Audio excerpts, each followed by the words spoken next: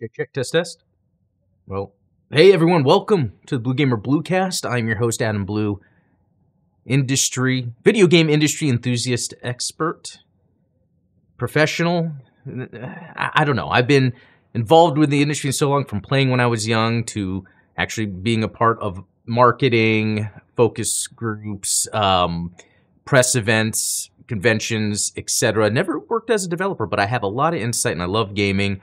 I'm going to use this opportunity, this podcast, to talk about what's been going on in the gaming industry that's not good, what people need to kind of look out for. And I say this because I think there's stuff we can do as non-corporate video game publishers. Let me get to it. So, 2024 has been strange for gaming, but it is a result of things happening previously, like COVID. But even before that, it's the video game budgets being inflated, very, very similar to the film industry, where you have these $2 to $3 million pictures, so the margins are slim, and so they're like, oh, it failed. And it's like, yeah, you spent way too much. Remember, isn't it Square Enix? Aren't they famous for that previously, where they would have these games that sell millions, and they're like, oh, we failed because the budgets were too big. I don't know why the budgets are too big. Is money being passed around to executives within? Are they just spending to spend? Like, what is the correlation between spending a lot on a game and then making a lot? You know, my first thought is just for the executives to get some more money. I mean, really, it's the same thing with Hollywood. A lot of people will deny that, though. It's kind of like embezzlement, but not illegal. It's just giving yourself a fat paycheck, just like when there's layoffs, and then, you know, the CEO or whoever doesn't take a cut, you know, like you see on the flip side, Nintendo's CEO take a pay cut instead of laying off people. So you can see where things happen that shouldn't happen, but people just go with it and feel like, oh, well, that's just how it works. I mean, I can look at something that's kind of close to me. It has to do with Gundam. The new Gundam Breaker 4 was announced. It's not going to be on Xbox. I'm not a primarily Xbox platform fan, but I want games to be available for everyone. And an initiative of Bandai was to make Gundam games multi-platform, and they have been doing that recently, except for Gundam Breaker 4. And it's like, well, what do you know, Adam? Hold on, I wonder if my volume's too high. And they could be like, well, what do you know, Adam? And it's like, well, Bandai came out with Gundam Evolution, and it failed. And they had to cancel it, and it made a lot of people mad. So obviously these companies don't know how to make decisions. Bandai has had to cancel games. Sony just laid off 900 people, had to cancel games. Their new Twisted Metal game, canceled. So you can see there are decisions that are occurring that have to do with the overinflated budgets, then COVID happening, which makes sense, but they kept with the overinflated budgets, thinking that, again, margins are so small. During COVID, a lot of places went out of business, a lot of people had a lot of issues. But then the companies that didn't double down on people being home playing games, so the budgets continued to inflate on these games. And now we're in a position where we're seeing layoffs and Sony not having any interesting titles coming out this year.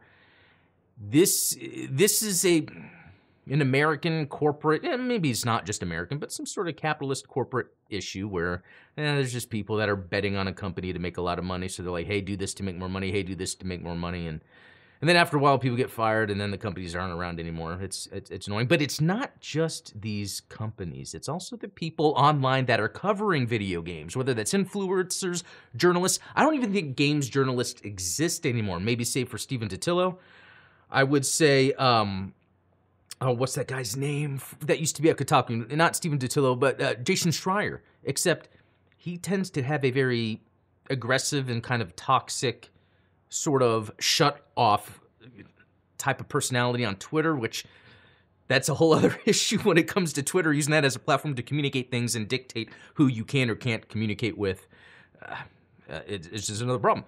So, beginning of the year, Pal World came out and blew up. It was huge. Blew up. But then all of these articles and videos are coming out saying like, oh, these devs are stealing assets, they're copying, they're using AI. None of this stuff was true. None of it was true, yet journalists, game enthusiasts online, people, influencers were running with these stories because it made clicks. It was a negative sort of thing to run with. Oh, we could talk down to someone, Schadenfreude. You know, the whole idea of getting joy out of the pain others feel for things. And And this is wrong because it's almost like the online game conversation has morphed into this.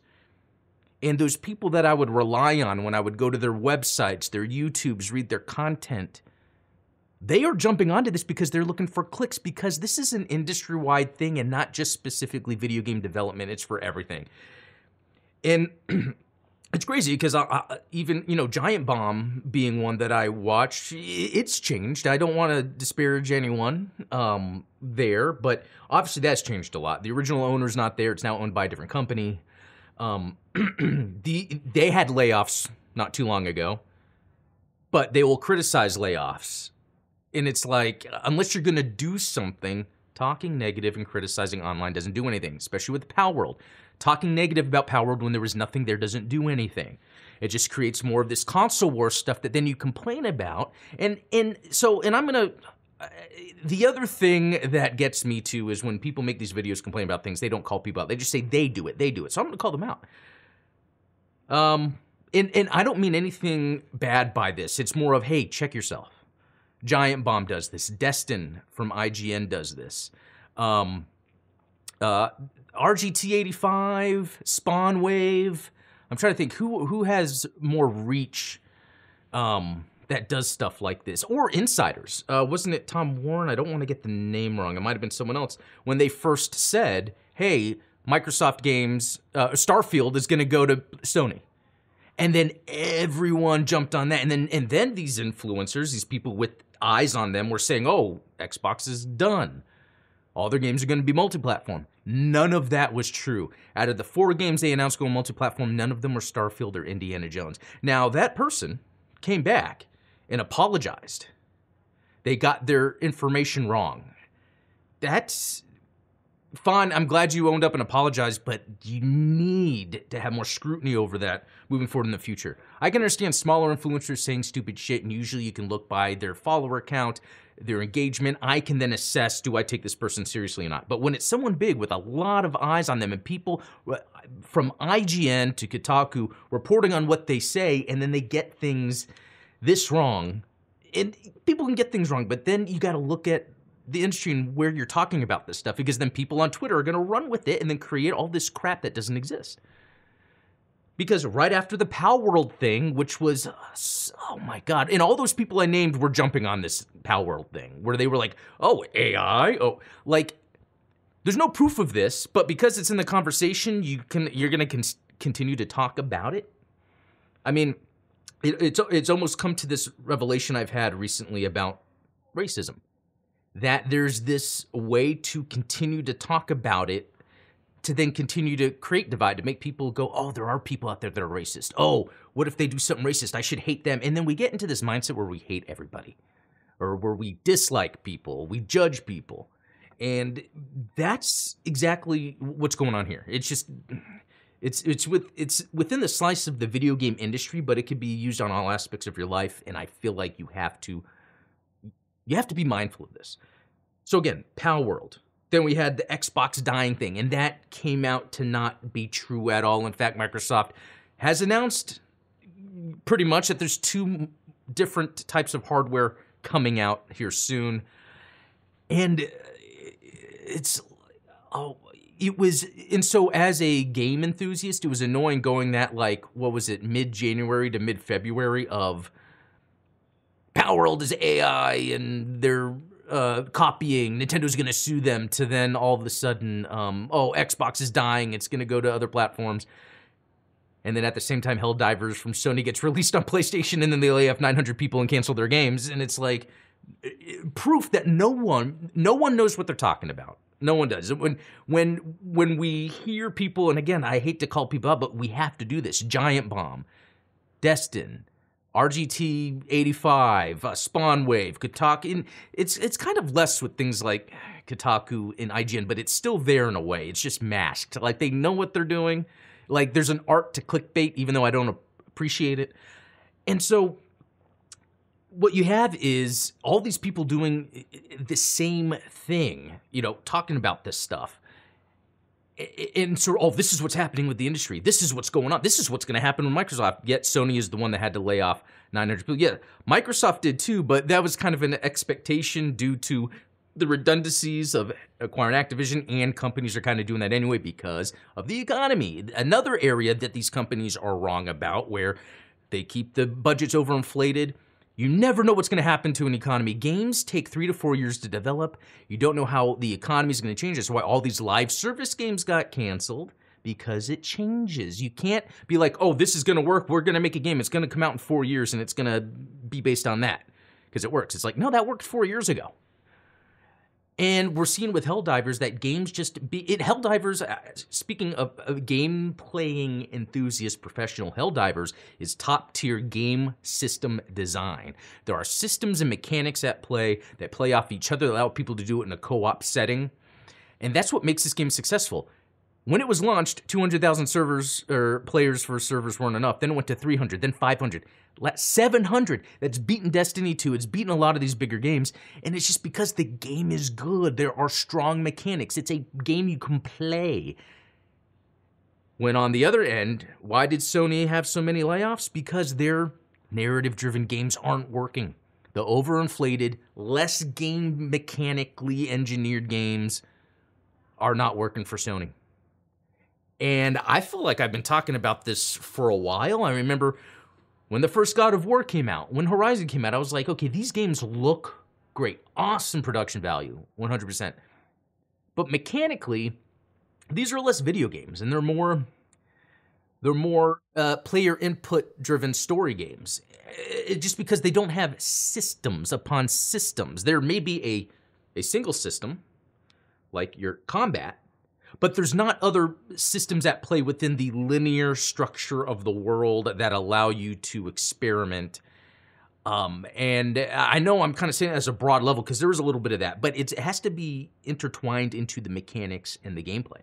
And in the case of those narrative-driven games, it's not there, and that's why.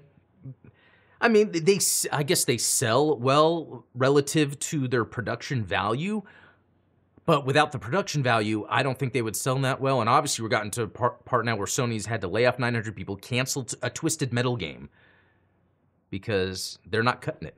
Jim Ryan left. Sony's not cutting. If anything, Sony is in a worse position than Xbox, yet the narrative driven by gaming journalists and influencers was that Xbox was failing. Again, this just proves how much online in our life we assume people know what they're doing and know what they're talking about. But a lot of times it's not the case. And again, I'll keep going back to something that's near and dear to me, and that's Gundam. How, Bandai is trying to do things, and there's some obvious ones where I think they can consult some people and be like, should we make a Gundam hero shooter? The answer is no. That has nothing to do with Gundam. Sure, they look like Gundam robots, but there's no story. You're combining all of these characters to play in a way that's not conducive to being in a giant mech. It's more about... And then obviously, the game got canceled, or the game got shut down. Because it's just not a good game, I'm sorry. I mean, it's competent enough where you can play it and know what you're doing, but when there's all these other games to play out there, why would I play a Gundam-themed hero shooter? It's not a Gundam game. It's Gundam themed. And they had it on Xbox because their new initiative is to be all multi-platform, and that's great. But then this new Gundam Breaker 4 comes out. It's not on Xbox. And then, they did this thing, and I hate to criticize them because I am kind of working with them, but, they did this F1 formula racing thing with RX-78 It's like, oh, cool. What does that do? And they're saying, well, this is to get more Gundam more into, people's eyes or whatever they do. And it's like, okay, that's fine, but you're going to see more of a immediate return if you're putting a Gundam game on Xbox than an RX-78 painted in F1 formula colors. Like, it's just...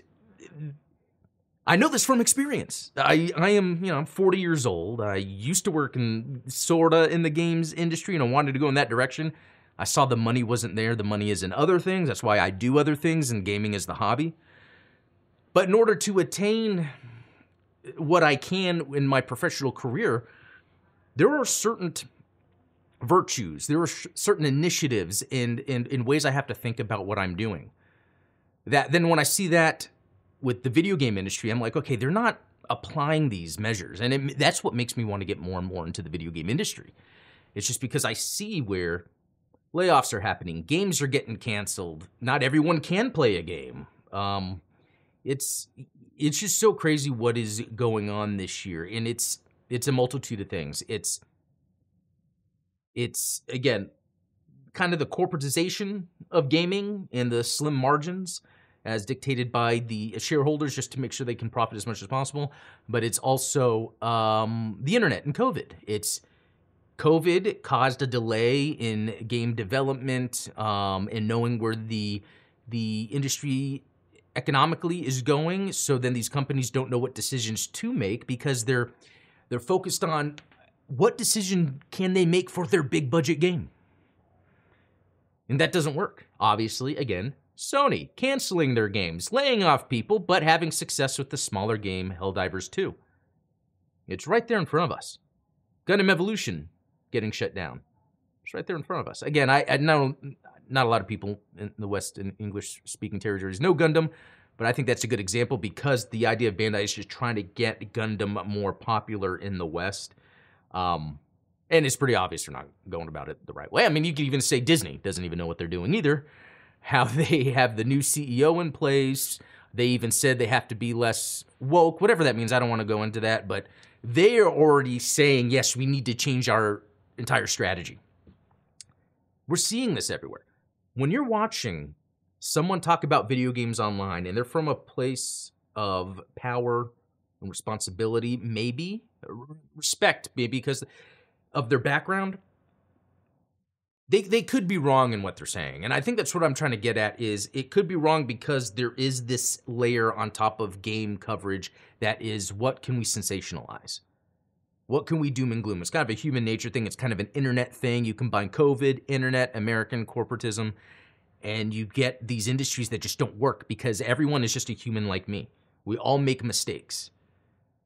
And the focus is on the money, not the product. In Helldivers' case, because it was made by Arrowhead, it wasn't made by Sony.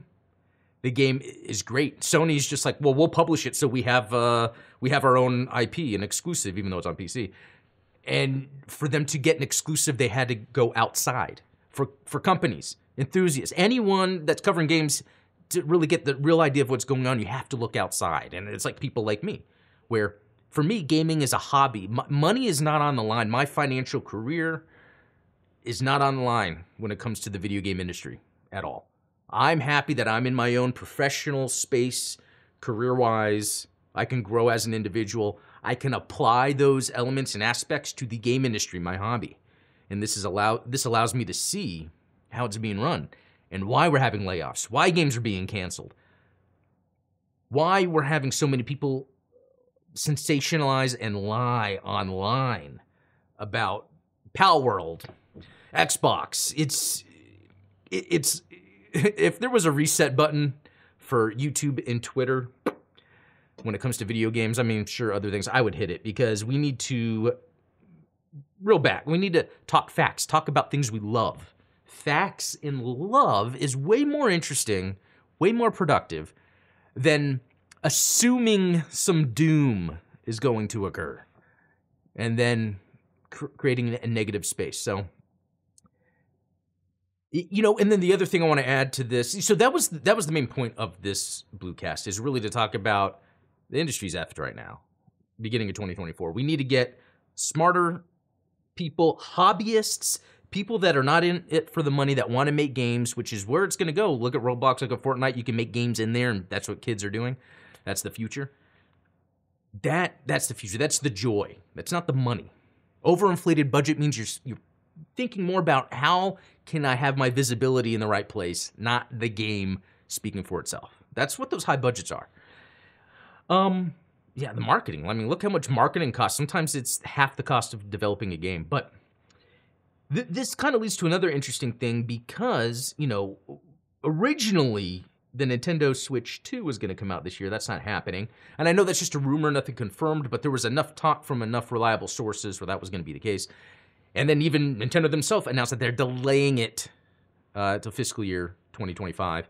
So that makes you, again, think like things change all the time. You could say, oh, well, this works this way, but you never know. Things could change all of a sudden, and you have to change it. So because of that, Nintendo is now going after Yuzu, right? That's what's called the, because I have it actually, but it's on my ROG Ally. It's the Switch emulator, and I'm shocked that they're doing this because either they're just bullying them to stop, which I think is more of what's going to happen, or sound like something fell. Maybe I'm yelling too loud. Yeah, bullying to get them to stop, because otherwise what's going to happen is there's nothing that they're doing that's illegal, technically. I mean, really, there's not. It's how people are using it that could be considered illegal. But you know, let me tell you something. There's that game that came out on the Switch, the Zelda Calamity Wars. You know, I love the Hyrule Warriors on Wii U. They came out with a new one on the Switch, and it runs like shit. Sub 20 frames sometimes. Looks ugly as ass. I could play that on an emulator, and it runs and looks so much better. I can buy the game. I did that with Metroid Dread. I bought Metroid Dread, played it on an emulator, because it just looked and ran better. I know some people are wanting to steal just to steal. I think that's just the nature of things. But there's some people that legitimately would just want to play the game the best possible way because they paid for it. And I think what would come out of this is either, yeah, Nintendo bullying them to stop, and then someone else. I mean, there's Ryujinx is another emulator, and then another one will pop up. Or hopefully this is it, because it's going to be one of these cases. This happened before with video games where a company sues someone for their actions that they deem as being illegal, but nothing has ever really been enacted on it. Then when it was, and this was back in what, 2007, or maybe this was 2014, I forget. It's in the Library of Congress where then they wrote, you know, if a game is considered abandonware, that people should be able to play it. Now, that's what's different about the Switch thing here. The only difference I would say is that you could still buy the game, but should still be able to emulate it so you can get a better experience. That's what I'm interested in seeing where this goes, because that's the difference. These games are available to buy right now, so you shouldn't be downloading them for free. But the downloaded version runs better than the one that's on Switch. So just another negative thing. And it's Nintendo's smart about some things, but they make enough money. This is just a negative thing. It's kind of disappointing. Anyway, that's the show for today. Super negative. But something needs to be done. Someone needs to say something. People need to wake up. Stop being negative. Start being passionate about video games. If you're going to make a topic about video games on Twitter, on YouTube, it's probably best not to make it about what you're mad about, but make it about what you love, what makes you happy. Video games make me happy, but not when all this is happening. Not when all this is happening. Anyway, guys, thanks for watching. We'll talk later.